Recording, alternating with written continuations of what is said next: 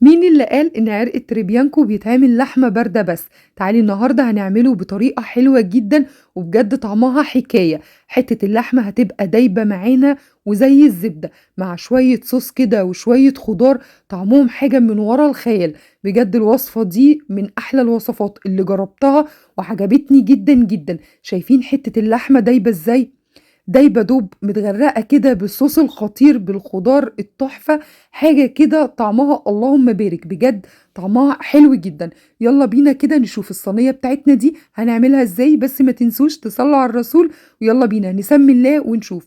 عرق اللحمة بتاعي أنا جايباه كده ومقطّعاه شرايح، أنا جايباه سليم ومقطّعاه في البيت شرايح، وتقدري تخلّي الجزار يقطّعه لِك. هنجيب بقى الصينية بتاعتنا وهننزل ببصل متقطّع شرايح، وكمان جزر متقطّع حلقات، وفلفل رومي متقطّع شرايح، وفلفل أصفر، ولو عندِك فلفل أحمر كمان تقدري تضيفيه، وطماطم متقطّعة شرايح، 5 فصوص من التوم، وكمان كرفس متقطّع شرايح أو متقطّع يعني مفروم تمام، وده كرفس أنا بابقى جايباه وحاطاه في الفريزر وقت ما باحتاجه باطلّعه.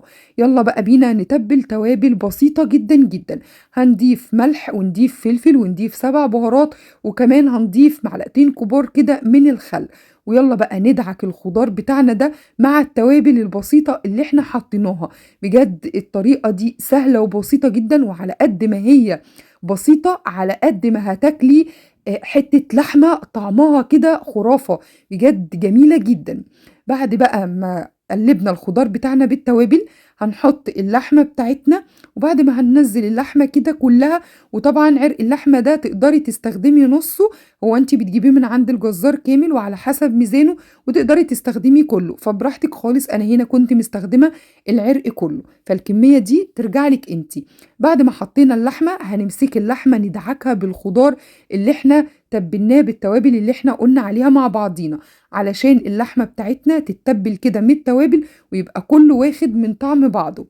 أنتم عارفين إن حتّة اللحمة دي بتبقى ضعيفة، ما بيبقاش ليها شخصية، فلازم يكون ليها توابل كده تتبّل بيها. بعد ما تبّلنا اللحمة بتاعتنا ورصيناها وحطينا فوق منها برضه كده الخضار، حطيت عودين من الروزميري المجفف، وكمان حطيت ورق لورا وحبهان، ولو الروزميري عندِك فريش برضه هيكون حلو، بس اللي كان عندي روزميري مجفف.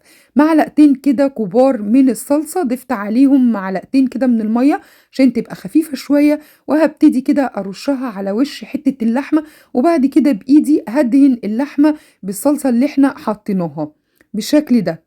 طبعًا أنا مشغّلة الفرن على درجة حرارة 220، أنا عايزة درجة حرارة عالية عشان اللحمة تدخل عليها وما تاخدش وقت معانا في السِوَى، وكمان اللحمة لمّا دخلت على نار هادية هتنشف معانا وهتبقى قاسية. بعد كده هاحط 4 مكعبات كده من الزبدة أو السمنة اللي متاح عندِك ومتوفر، وهاجيب ورقة من الزبدة وهنحطها كده على الوش، وبعد كده نغطيها بالفويل ونقفّل عليها كويس جدًا علشان أنا عايزاها البخار يتكمر جوّه ويسوي لي حتّة اللحمة. خدت معايا ساعة إلا ربع في قلب البوتاجاز، وكل واحد على حسب البوتاجاز بتاعه، يعني في قلب الفرن حطيتها على الشبكة ما حطيتهاش تحت على الصاج، حطيتها على الشبكة. بعد كده طلّعتها، في أثناء التسوية لو أنتِ حسيتِ إن هي محتاجة شوية مَيّة تقدري تضيفي لها كوباية مَيّة، بس لازم تكون المَيّة مغلية، ما ينفعش تضيفي مَيّة باردة علشان ما تفصلّيش عملية التسوية وتطوّل وقت التسوية. بعد كده استوت وطلعت بقت زي الفل، شايفين شكلها عامل إزاي؟